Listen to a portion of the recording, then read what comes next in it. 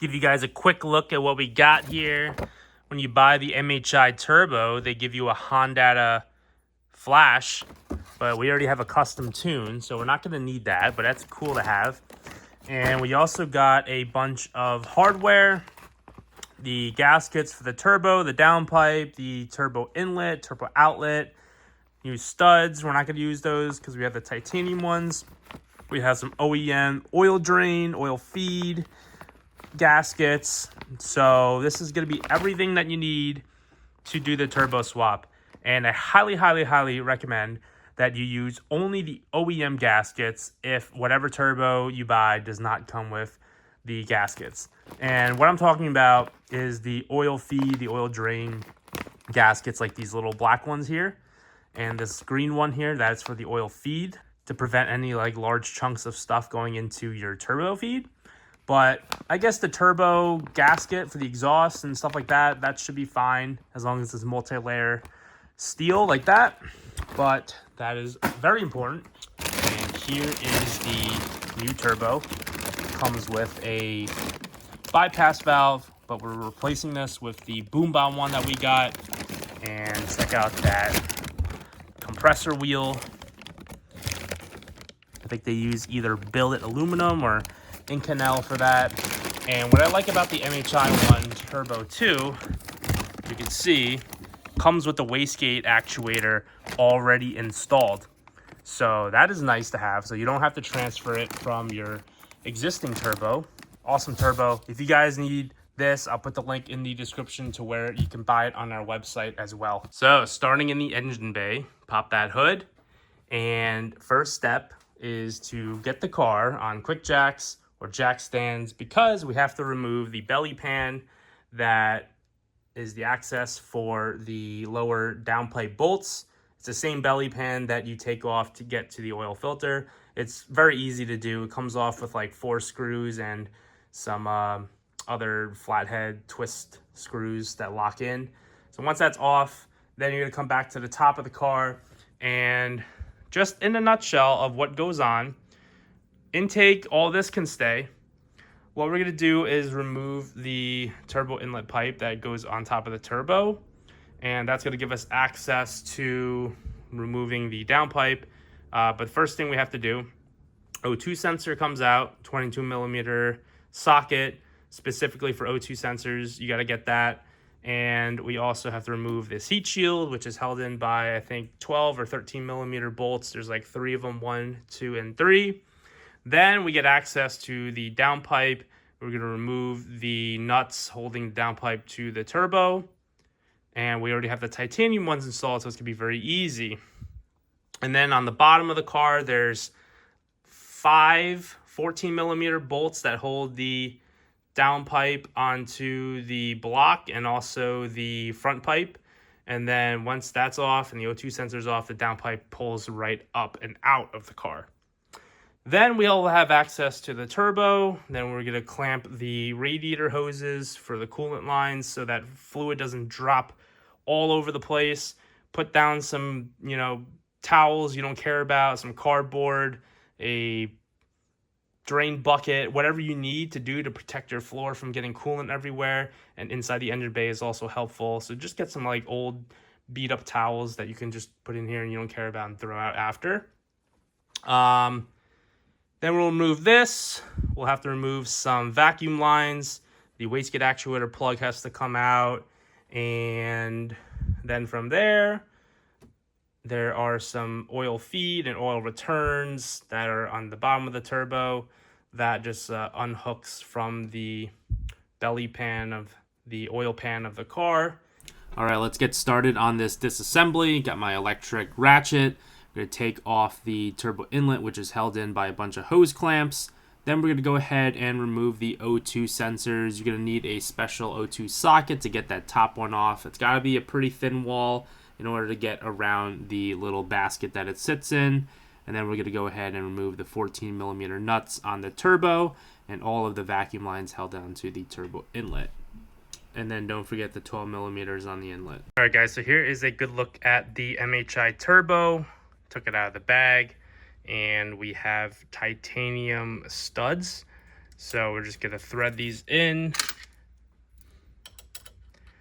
It is a good idea to put some anti-seize on the threads, just if you ever need to take them out. That way they're not seized in there. And the last one's right here. So apply a little bit of anti-seize on here. I'm going to do that now, and then we're going to torque these down. All right, so we're underneath the car. We took the belly pan off, and now is a good time to disconnect the lower charge pipe hose off the turbo. And then here is the downpipe. So these are 14 millimeters. Got to take 1, 2, 3, and then on the opposing side, it's also 14 millimeters. Those will have to come off as well, because these secure the downpipe flange to the block. This is like the oil pan right here. So you'll have to loosen up here, loosen here, there, and then here. And then the front pipe stays in place, and then the turbo just slips out from the top. All right, guys, so now what we're going to do, we have some radiator hose clamps, and we're going to clamp this upper feed line, because this is the thermostat in the water pump area. So if you don't clamp this, all the water and the coolant from the head is going to spill right out. So we're going to limit that and reduce the amount of coolant that we have to drain and refill later on. So get these on Amazon. They're like 15 bucks for a set of 3 of them. We're going to need 2 of them to do the turbo job. And then if we're doing the expansion tank, we're going to need a 3rd one, just so that we're not dripping so much coolant everywhere. So typically what I do is I'll clamp it right around here. The clamp it all the way down, and then it locks in place. So now when we take off this clamp in the hose, it's going to allow us to freely take it off without the coolant spilling everywhere. And the second clamp is right here underneath this hose, right here, that hose right there. So I'm actually not going to clamp that one just yet. I'm actually going to remove the turbo bolts, and I'm going to take it off and move the whole turbo over to the right and put it onto this stud. That way we have more access to that coolant pipe, put a clamp on it, and then we're going to take off the vacuum hose off the bypass valve as well. And then once we do that, we can remove this water line clamp from this hose, and then remove this clamp from this hose, and then we can take the whole turbo out in one piece. So before you actually remove the hose from the water pipes, we're gonna prepare the drip mats and the towels all down here, because it is inevitable coolant will spill out. There's no way to do this without leaking any coolant whatsoever, and coolant's gonna drip into this engine bay area, so you're going to want to put padding down there and down onto the floor to catch anything. Also a good idea to maybe put some towels in the front pipe so coolant doesn't go into your exhaust. Okay, so we removed the 2 nuts and the 2 bolts holding on the turbo to the head, and in order to get the turbo free, now we have to loosen up the oil feed up top here, which is a 14 millimeter. Down on the bottom, we have these other 14 millimeters. That is a support bracket to the block. And then we have an oil return, which is there. That's just held on by a clamp. And then the oil feed, which is behind here, you can see right there. That is a 10 millimeter that is holding on to the block.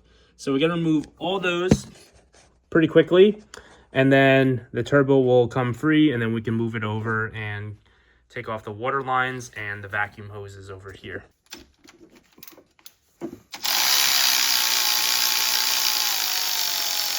We have one more. All right, guys, well, I briefly ran out of storage on my phone, so we made a little progress. We got the coolant hoses off the turbo, the 2 vacuum lines off the bypass valve, and you can see we already took the turbo off. This hose is off as well. So, like we said, we put some drip mats down there just to reduce the mess, and the turbo is now free to come out of the engine bay. So, we have the turbo, it's ready to come out. We're going to pull it off and carefully place it to the side. Keep in mind that there will probably be some more coolant dripping out of the turbo itself once we rotate it. So I'm going to hold it up and over. Now that we have both turbos out, we're going to transfer over everything from this one over to the new one, starting with this little vacuum nipple.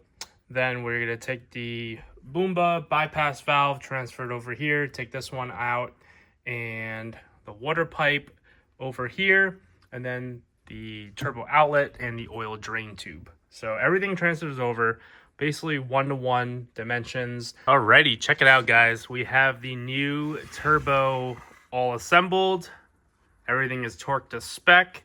I even put little torque markers in case you can see that if they start to loosen up for any reason, you'll know when the bolts are coming loose, because these little seals will break.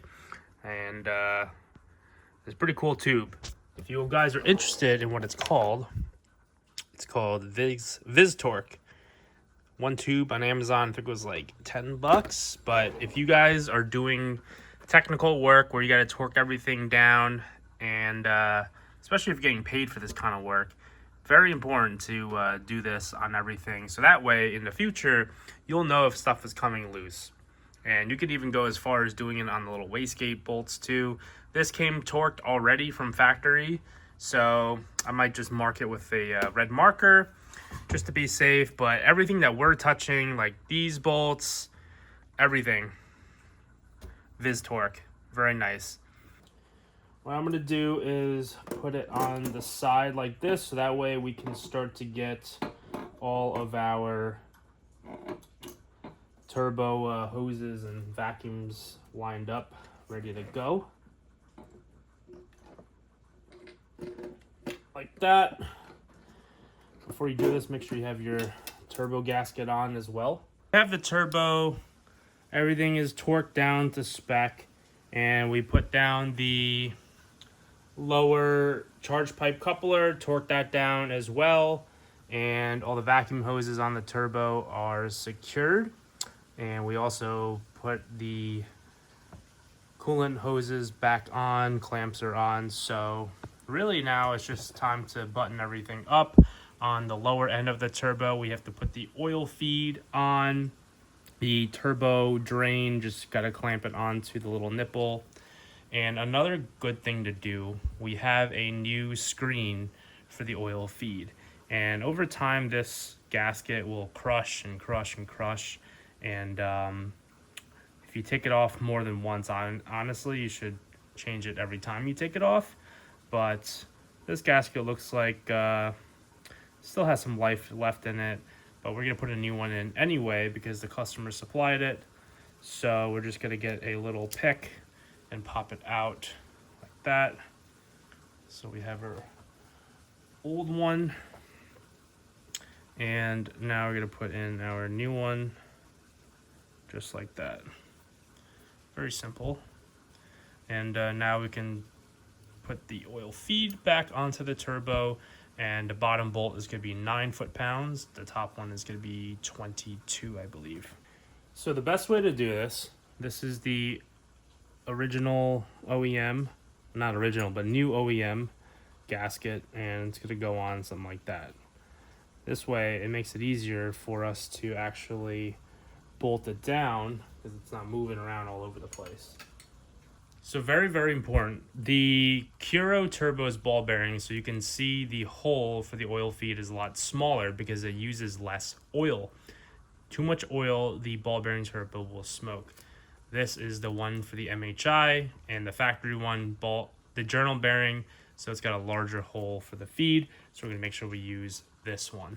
We'll grab our 10mm head M6 bolt, and we're going to thread it onto the block itself. Because there's a lot of vibration, I'm going to use a little bit of Loctite on here. Blue Loctite, of course, so that way it's removable. 108 inch-pounds. Perfect. Well, guys, we have completed the job. The install is the exact opposite of the removal, just in reverse. But as you can see, we have everything torqued down.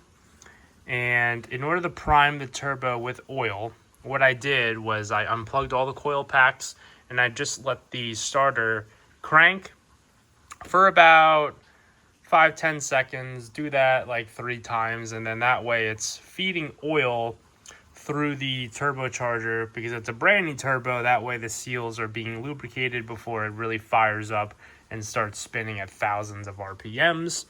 So we did use Loctite, and it does have the warranty seal, the red stuff there.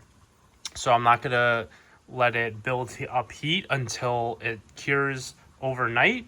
And then tomorrow we can do the first startup and check for any leaks. But at the same time, we are going to replace this expansion tank with a Mishimoto all aluminum one.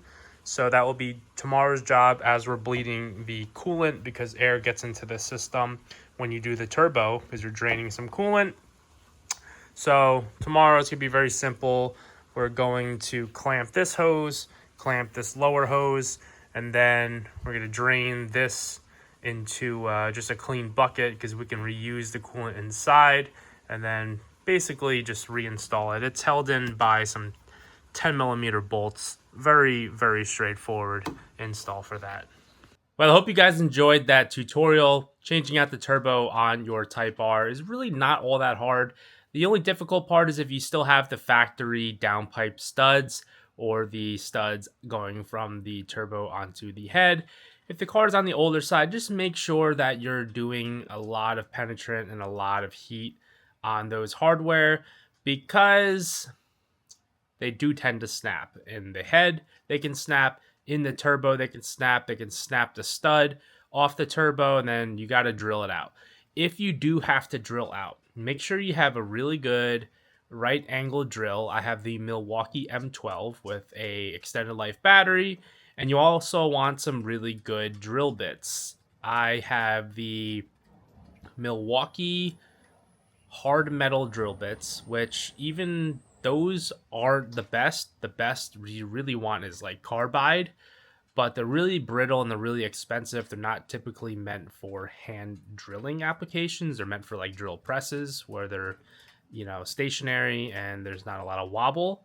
So if you have Carbide, try it. I found that if you have Milwaukee Cobalt drill bits with some regular Carbide burrs on like a Dremel tool, that will work as far as drilling out the old stud or the old broken bolt. You can try extractors and all that, but those tend to not really work that well when they're super seized like that. So try that out, and you'll find that you just got to do what you got to do. You don't have to send it out to a machine shop. You can do it at home for the cost of materials if you have the right angle drill. This car was a lot easier because we were putting titanium studs on the new turbo, which doesn't have anything threaded into it already. But I am almost sure that the stud on the OEM turbo, when we did it the first time, did snap, and that one you do have to drill out, unfortunately. But if you're not planning on using the factory turbo, I guess it's not too big of a deal. It's just for the next time you put it back on or sell it to another person, they will have to do it. So that's it, guys. You can get this done in about 2 to 3 hours if you're super efficient. And if you've done it before, obviously you could do it very quickly. If it's your first time, expect maybe 4 to 5 hours end to end if you have all the tools handy. But that's it, guys. Thank you for watching the video, and I appreciate you sticking around this long. And hopefully you found it helpful. So if you want any parts or service, check out our website below, www.buyyourbuild.com. And we'll see you in the next one.